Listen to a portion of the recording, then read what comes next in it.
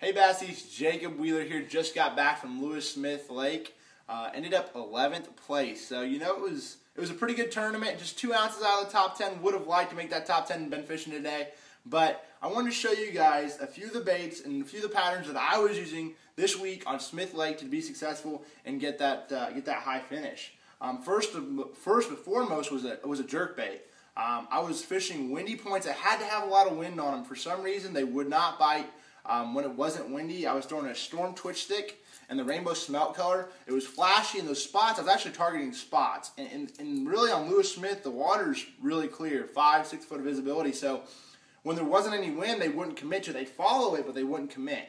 And so that's, whenever it blew really hard, I could throw that Twitch Stick out there and get those spots to commit. The water was about 48, 49 degrees.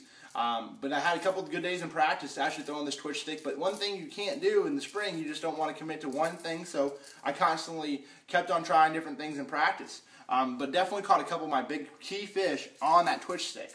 Second was, I caught actually two of my second biggest fish on it in the tournament, was just throwing an Alabama rig. This was actually a finesse Alabama rig with the new VMC swim bait hooks, ICA-Proof swim bait hooks. I was throwing 2 1/4 ounce heads on the bottom and 3/8 on the top, and what that does is it keels it to where it's not going to, it's going to ride true all the time. And that's something that was important. I was actually throwing fluorocarbon, 20-pound, 100% castable Suffix fluorocarbon, and I was making long casts, and I think that fluorocarbon actually, you hear a lot of throwing braided line on these umbrella rigs, but on Smith Lake, because it was so clear, that fluorocarbon was the key to get a couple of big bites, and a couple of bites that not maybe a lot of those other guys were getting.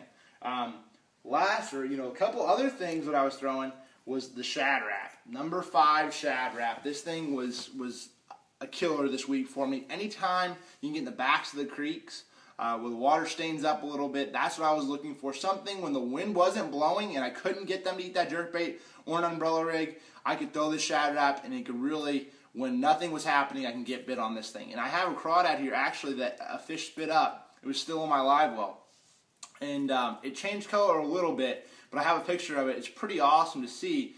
The Shad Rap, that number 5, is just about the size of those crawdads they were eating. So that orange, you can see all the teeth marks on it and everything else. That was brand new this week, and they've just been chomping on it. So that was a key bait. And then last but not least, you got to have a shaky head. I was throwing a 3/16 ounce shaky head with a Trigger X 4-inch flutter worm and basically watermelon red. Something translucent with that clear water. A green pumpkin will work, but I think that a lot of times when you have that really clear water, those translucent colors in your plastic, you're going to get a lot more bites.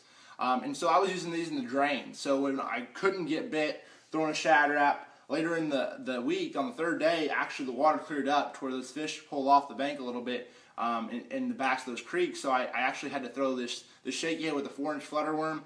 And I got a few more bites doing that. So those are the baits that I caught them on this week. I really enjoyed talking with you guys and showing you what I'm doing throughout the year. Make sure to follow us. I'll be at Beaver Lake here in about 3 weeks, so definitely get on basseast.com and follow us all the way through that. We'll see you next time.